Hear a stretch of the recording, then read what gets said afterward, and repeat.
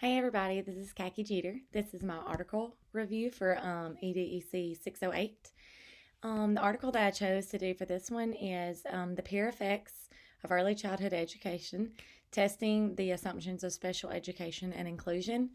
The authors are Laura Justice, Jessica Logan. Um, this was published in 2014 in the Psychological Science Journal. Just a quick summary of this article. It was a study that was done just to kind of show the importance of inclusion and peer interaction with kids with diverse needs and disabilities. They did it in a ECSE classroom, which is just a early childhood special education classroom. So it had a lot of students who were already labeled as diverse needs or disabilities, but they also had, took in students who, were just regular education classes. Um, Students, sorry. Um, so they did it in 83 different classrooms in Midwestern states. They had about 670 children that they did this study on. And what they did was they gave a test at the beginning of the year and at the end of the year that just kind of rated the children. And what they were looking for was the growth of the children who were in classrooms and had those peer interactions with the language and cognitive development and, all just, all around, who grew with these children who are in these diverse classrooms instead of just having full regular ed classrooms or just special ed classrooms. It was just showing that having these inclusion classes are important and what these students with the diverse needs get out of this. So they did that. They did the test, and it did show that the students who were in these classes that were already labeled with IEPs and the diverse needs, they did grow.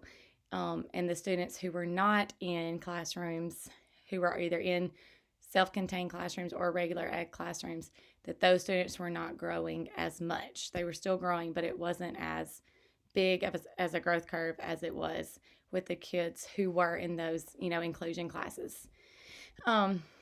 What I really liked most about this article was it talked about just the daily interaction in the languages, and the communication and the conversations that are going on in the classrooms, because I think sometimes in just self-contained classrooms, sometimes those kind of things get lost because they focus so much on one-on-one, which is great and so important.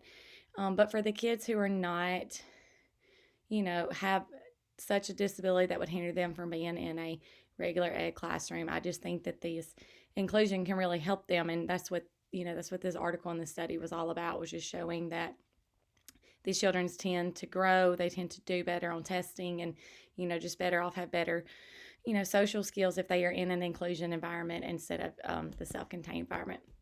Why I chose this article, not only because it just dealt with the class, but I was just very curious about the outcome after reading about the study and what they did. I really wanted to know what was going to happen next, and so I was just curious about it, and so I liked reading more about the results and seeing all the statistics and the numbers, what happened when it was over. And how it pertains to this class, I mean, obviously it talked about the diverse needs and, how important inclusion can be.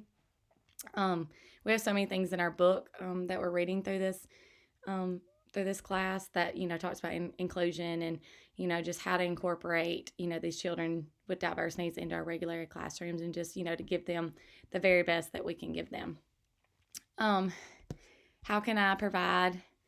How can the information provided enhance my teaching and my parenting skills?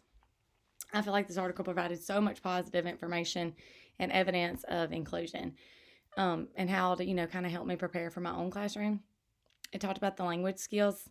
I found that it's very important that around speaking and talking with these children, I need to be speaking and talking with them more, and so do all the children. I've had children before that have come in my classroom.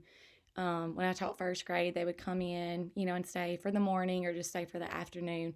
And, there's times that, I can admit that I felt like it was a hindrance or it was interrupting my classroom. But I think being a young teacher then, I didn't really understand the importance of, the inclusion process and what was happening. So I could really take the information from this article and this study to show that, if you get these inclusion kids and you get these diverse kids into your classroom, if you really plug them in just like you would, any other student, have them, work in a group with, your higher students, and but then let them work in a group with your lower students, because they could also pull them in a different direction and, kind of show them some different skills that they might have had from the beginning. And I also like that I could incorporate this in my parenting also. Sometimes with my own kids, I kind of forget. I could just kind of explain, diverse needs to them and how they can be a positive role model to these kids, and to just make sure you're talking, make sure you're having communication. If there's somebody in your class who is coming in for a little while, or part of that inclusion process, be that friend, be that person for them that can come in and know that they can come to you and talk. And so I feel like that's something I'm going to try to incorporate more, and just pushing them to be the best friends and students that they can be also. I did agree with this article, especially since inclusion is something that is seen everywhere and everybody is doing it. I feel like I'm going to try to dig deeper in my vocabulary lessons and just make sure when I'm teaching, to pull those skills, and make sure that with the diverse students that I'm really, like showing picture cards and giving them all the hands-on that I can, to give to help them do better. The results I found from this, I thought it was, just very enlightening to see that just with peer interaction and conversation, these diverse students really grow, and they're going to grow from the beginning to the end if we just put into it what we need to. We just got to, lay down the foundation and just kind of train all of our students to be there for one another, and to just, have these conversations is just so important. And so I don't really see a lot of things that the authors could have done differently. I felt like the study was great. The information was great. They really just, lended a hand to show that inclusion is important. And if you do it correctly and, set your classroom up to be a positive environment and an inviting place, and these students are going to grow and excel just like your regular ed classrooms are, your regular ed students are.